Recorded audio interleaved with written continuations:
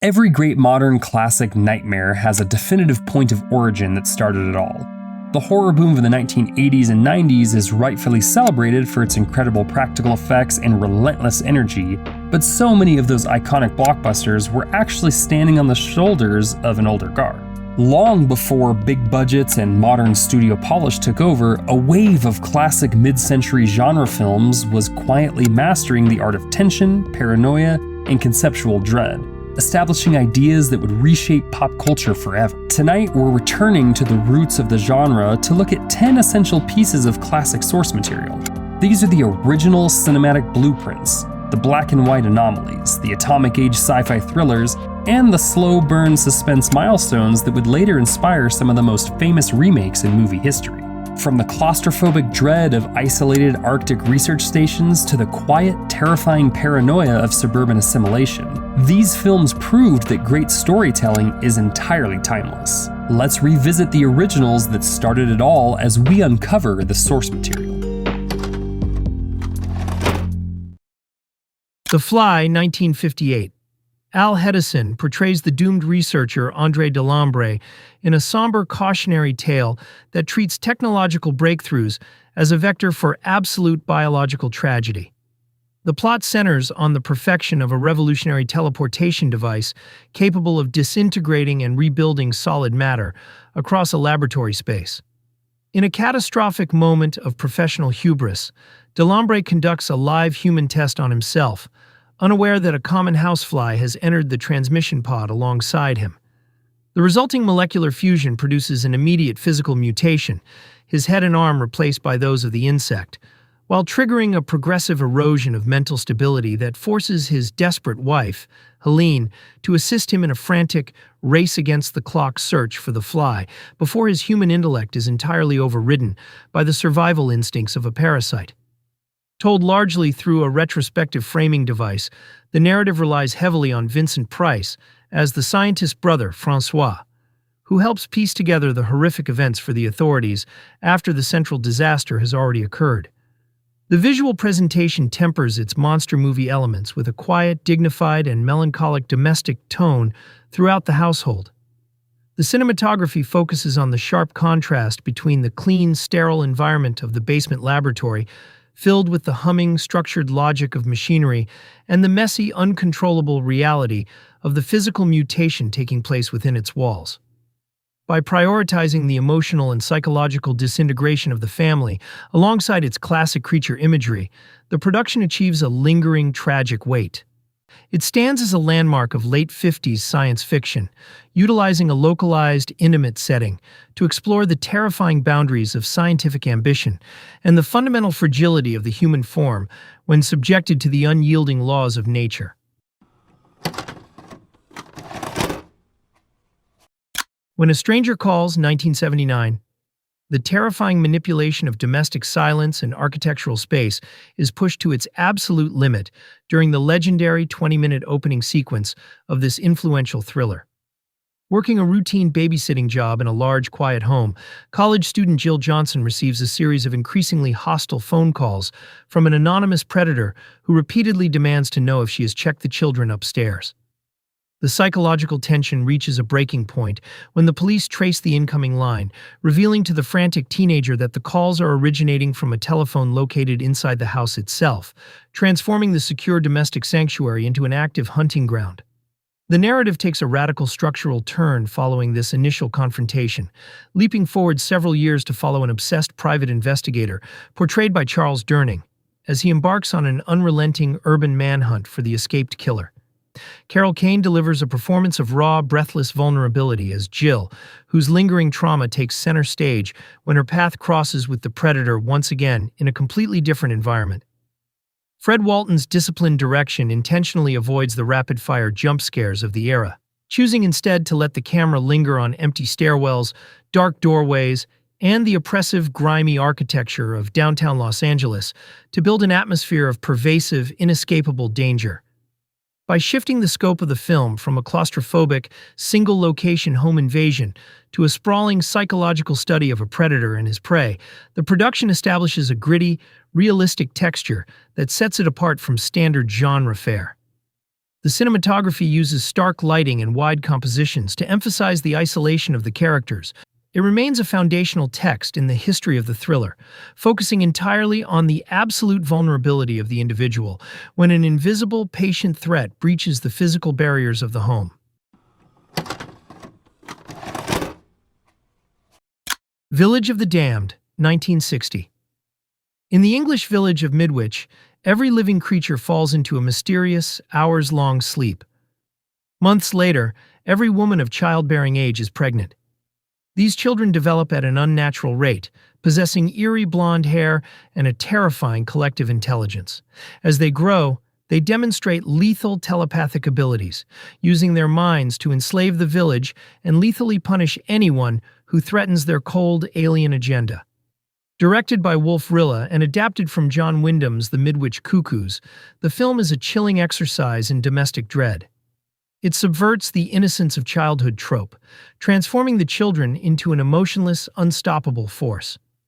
To achieve their signature psychic stare, the filmmakers used a negative matte overlay to make their pupils glow with an unnatural, piercing light. George Sanders provides a grounded perspective as a father whose paternal love becomes a dangerous blind spot to a global threat. The film serves as a quintessential Cold War allegory, reflecting fears of ideological brainwashing and the enemy within. Its clinical black and white cinematography emphasizes the contrast between the cozy British village and the sterile, predatory nature of the children. With a lean runtime and a legendary ticking clock climax, it remains a landmark of British sci-fi horror. It proves that the most unnerving monsters are the ones that sit at the dinner table and stare back with an unblinking alien calm.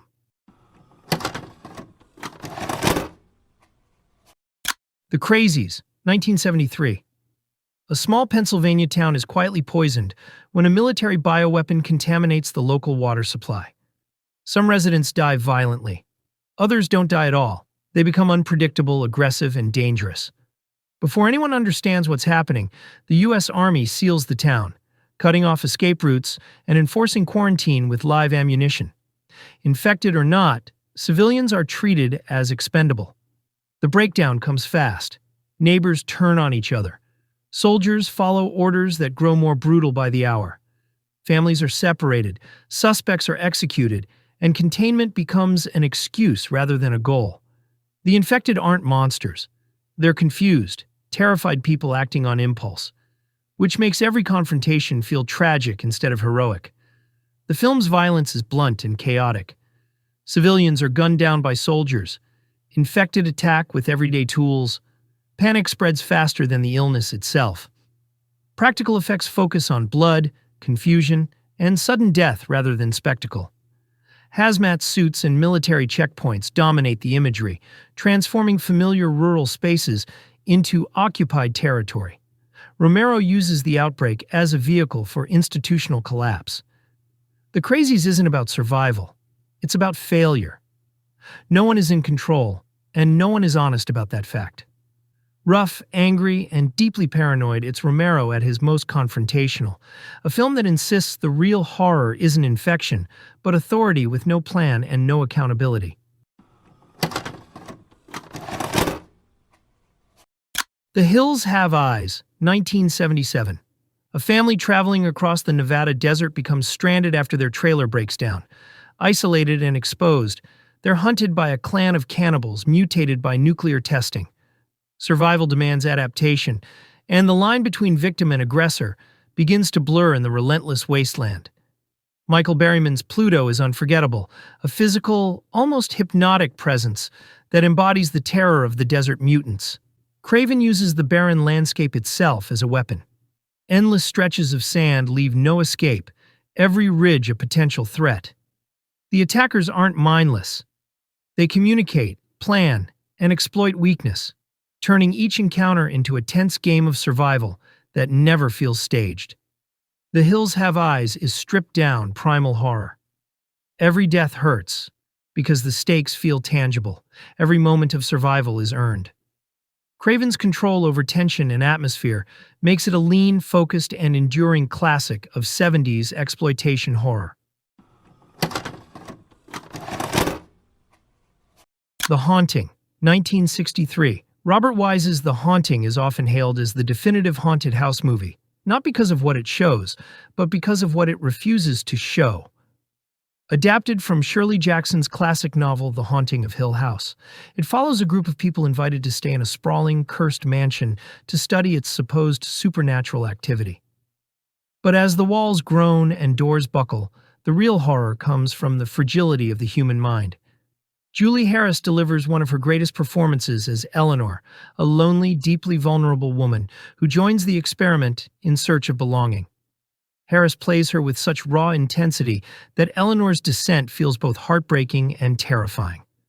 Claire Bloom adds complexity as Theo, Eleanor's confident and mysterious counterpart, while Richard Johnson anchors the story as Dr. Markway, the investigator leading the study. Wise, who had cut his teeth as an editor on Citizen Kane and as a director of films like West Side Story, brings technical brilliance to the material. Shooting in black and white cinemascope, he uses extreme angles, distorted lenses, and experimental sound design to make Hill House feel alive. Doors breathe, walls stretch, and thunderous banging fills the halls.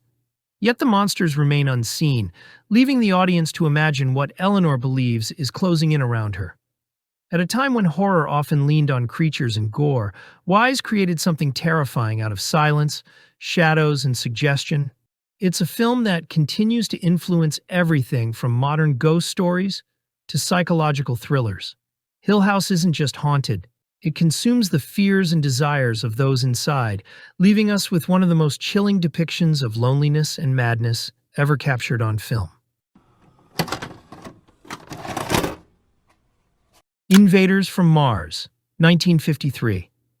A striking child's-eye view of cosmic paranoia anchors this surreal slice of 50s science fiction, where the comforting familiarity of the American nuclear family is systematically dismantled from beneath the Earth. The nightmare begins during an intense midnight thunderstorm, when young David McClane, portrayed by Jimmy Hunt in a vulnerable performance, witnesses a glowing alien craft descend into the sand dunes directly behind his suburban home. When his father goes to investigate the landing site, he returns as a cold, completely emotionless shell of himself. The narrative documents David's terrifying isolation as the adults in his community, including the local police force, are systematically assimilated by Martian invaders operating from a buried spacecraft, turning the boy's primary sources of protection into active threats. The cinematography utilizes wide, flat staging and off-kilter vertical angles. Arthur Franz and Helena Carter provide the narrative's rational counterbalance as a pair of sympathetic scientists who eventually take the boy's warning seriously, triggering a full-scale military mobilization. With its vibrant, high-contrast color scheme and unsettling use of empty space, the production bypasses standard invasion tropes to deliver an influential psychological look at the terror of invisible domestic infiltration. The Thing from Another World, 1951. The hallmarks of mid-century military competence and frantic overlapping dialogue define the unique behavioral energy of this early polar nightmare. A massive, saucer-shaped craft buried deep within the Arctic ice sheet sets the narrative in motion, forcing an isolated group of scientists and American Air Force personnel to coordinate an emergency recovery operation. The situation turns catastrophic when they accidentally thaw the ship's dormant, humanoid occupant, a highly evolved plant-based organism that requires human blood to reproduce. The remote research station instantly becomes a frozen, claustrophobic cage where strategic defensive maneuvers are pitted against an aggressive, non-human intelligence that views the personnel as nothing more than biological fuel. This technical restraint allows director Christian Nyby and producer Howard Hawks to build a realistic, documentary-like urgency without relying on elaborate optical laboratory enhancements. The film captures the precise anxieties of the early Cold War era, emphasizing methodical teamwork and cold logic over emotional panic as the team struggles to hold their perimeter. Leading the defense of the compound, Kenneth Tobey's authoritative Captain Hendry squares off against both the external alien threat and the dangerous scientific idealism of Robert Cornthwaite's Dr. Carrington, who wishes to preserve the entity at all costs. Margaret Sheridan rounds out the core group as the practical Nikki Nicholson. By keeping the camera tightly locked within the utilitarian rooms of the base, the production transforms the vast, empty Arctic tundra into an inescapable pressure cooker, offering a stark look at human survival mechanics under absolute environmental isolation. The Stepford Wives, 1975. Upon moving to the idyllic town of Stepford, photographer and young mother Joanna Eberhardt is immediately struck by the unsettling behavior of the local housewives, who exhibit an identical, fanatical devotion to domestic chores and an absolute lack of individual intellectual ambition. Her initial confusion turns to cold dread as she investigates the town's exclusive all-male social association, gradually uncovering a sinister technological conspiracy designed to replace independent women with compliant, perfectly engineered animatronic duplicates. Investigating the town's bizarre social dynamics, Catherine Ross brings a sharp, observant skepticism to the role of Joanna. Finding herself increasingly isolated as her closest friend and ally, played by Paula Prentice, undergoes a chilling domestic transformation overnight. Director Brian Forbes utilizes a bright, clean, almost commercially sterile aesthetic that makes the affluent suburban neighborhoods look like an artificial corporate catalog. The cinematography intentionally avoids traditional Gothic shadows, choosing instead to let the horror bloom in broad daylight amid supermarket aisles, backyard barbecues, and spotless colonial kitchens. Adapted by William Goldman from the Ira Levin novel, the production builds a crushing sense of inevitability by focusing on the accumulation of small mechanical behavioral quirks rather than overt physical violence. The slow-motion destruction of Joanna's social circle highlights a rigid, structural desire for domestic control that turns the traditional American dream into a highly coordinated factory production line. Every frame is calculated to strip away the inherent safety of the suburban lifestyle, culminating in a cold, clinical look at a community where individuality is systematically manufactured out of existence.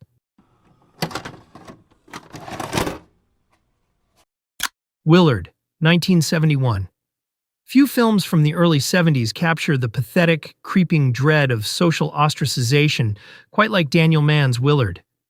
It tells the story of an insecure, bullied young man who, feeling utterly rejected by his demanding boss and suffocated by his domineering mother, finds an unusual outlet for his rage.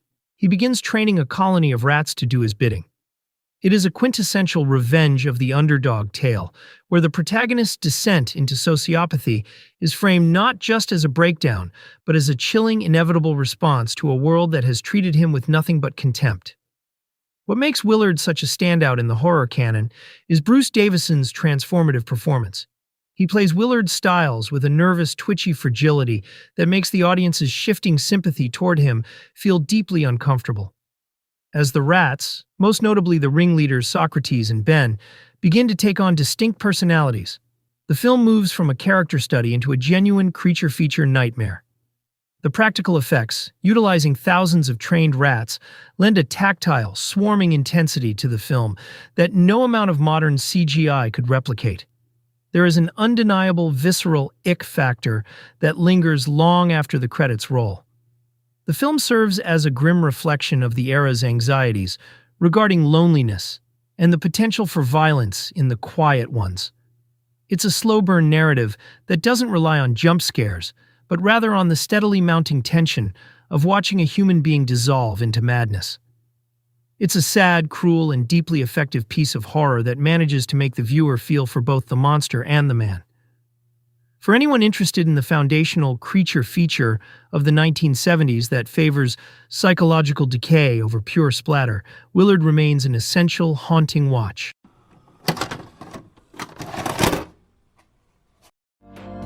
Thanks for watching.